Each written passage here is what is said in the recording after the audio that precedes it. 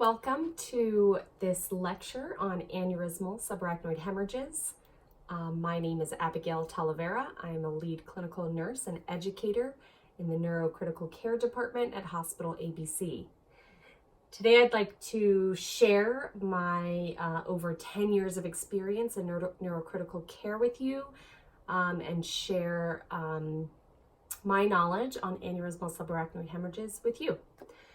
So just a few housekeeping rules to get us started.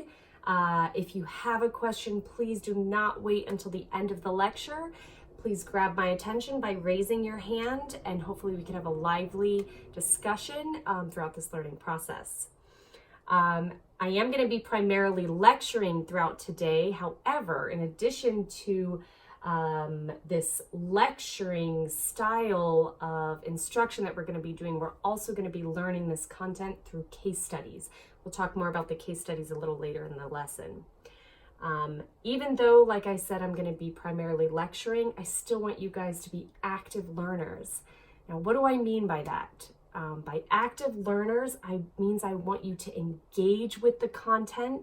I want you to participate in this lecture, and I want you to collaborate with each other, primarily during the case studies. So with all of that being said, let's dive right into it. Let's begin.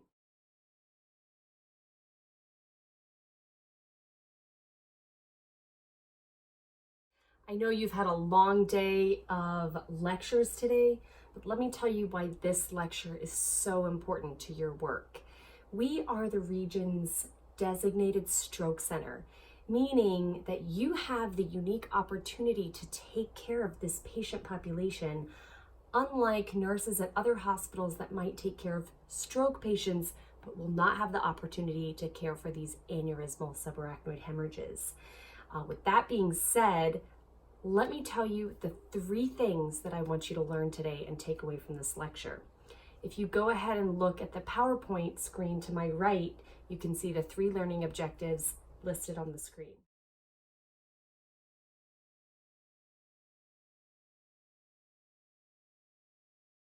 So let's dive right into our first learning objective listed on your PowerPoint. Let's talk about some modifiable risk factors for aneurysmal subarachnoid hemorrhages. A couple to mention being uncontrolled hypertension, a history of cocaine use, a tobacco history, and also pregnancy. Now let's talk about some non-modifiable risk factors for an aneurysmal subarachnoid hemorrhage. Those would include a connective tissue disorder, a familial history of cerebral aneurysms, as well as an increasing age. The reason that a history of a connective tissue disorder is so important is because connective tissue disorders affect the cerebral vessels and weaken that smooth muscle lining and put you at a predisposed risk of an outpouching of that vessel or an aneurysm that could lead to a ruptured aneurysm, which could lead to a subarachnoid hemorrhage. Let's dive into our second learning objective now, if there's no questions. All right, so moving on to our second learning objective, which is to distinguish between the 2 grading scales for an aneurysmal subarachnoid hemorrhage. Those being the Hunt and Hess grading scale, as well as the Fisher grading scale. We're going to talk about how they're different and how they work together. The Fisher grading scale, just to put a foundation here, is purely concerned with the image of a CT scan and the amount of blood seen or not seen on a CT scan.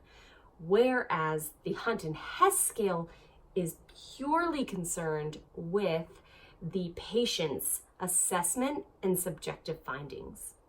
Let's talk more about the Fisher grading scale and the Hunt and Hess grading scale. Starting with the Fisher grading scale, there's 4 grading levels, 1 through 4. 1 meaning that there's really no subarachnoid blood detected on the CT scan, and 4 meaning that there's the most subarachnoid blood detected on the CT scan. I want you to look at the slide here presented on the PowerPoint, and I really want you to focus on that information because when we do our case studies, you're going to need to know that information. So take a look at your PowerPoint here.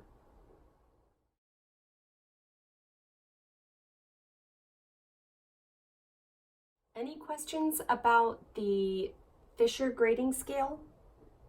No? Okay, great. Let's move on to the Hunt and Hess grading scale. So the Hunt and Hess grading scale has 5 levels, 1 through 5. Similar to the Fisher grading scale, 1 is the least acute and 5 is the most critically ill. I want you to also take a look at this slide, identifying the 5 levels of the Hunt and Hess grading scale. And I really want you to pay attention to the data associated with each level, as we'll also need it during our case studies. Let's take a look at the PowerPoint.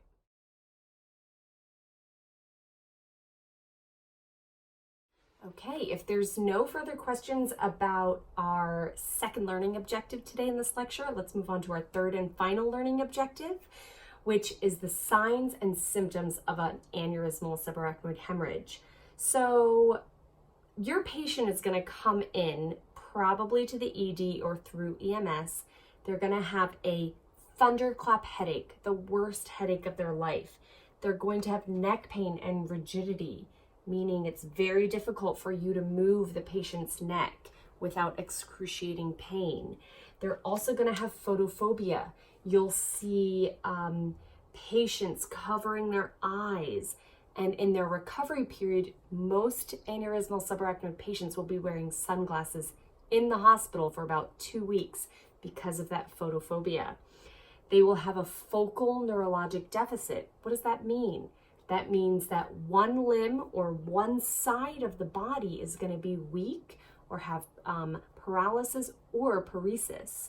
And they're going to have cranial nerve palsies. What does that mean? Well, take a look at your PowerPoint here, and you'll see an image that gives you a good idea of what a cranial nerve palsy is.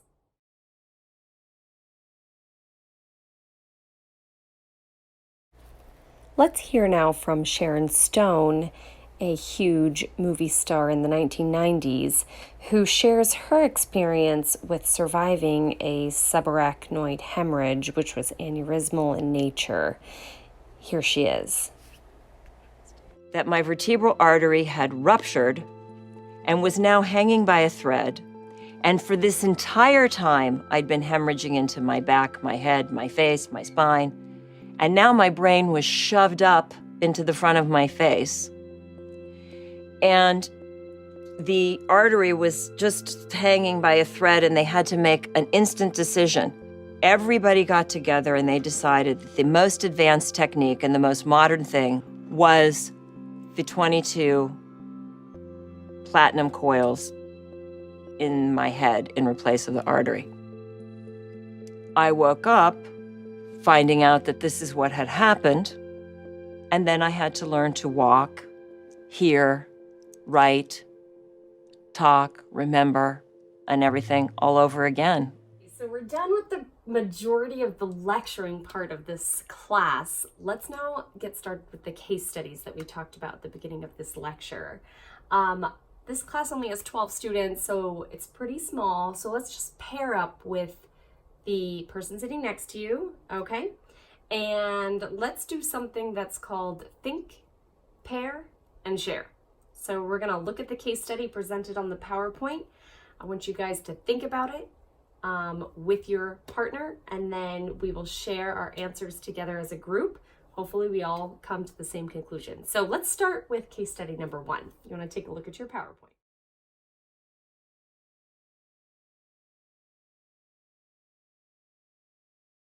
Okay, so what did everyone come up with?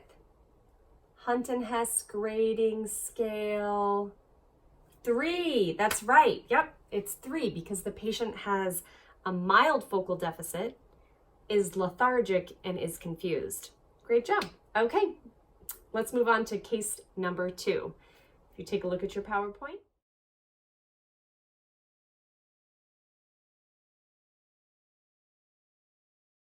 Okay, now that you guys have had a chance to read case study number 2 and talk about it with your partner, what did you guys all decide? Okay, so Hunt and Hess, good job. Hunt and Hess grade 2, right? Because she has a cranial nerve palsy, she has nuchal rigidity, and she's experiencing a headache, yet she's alert and oriented.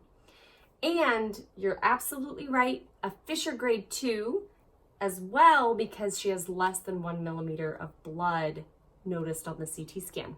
Great job, guys. All right, let's move on to case study number 3, if you all look at your PowerPoint.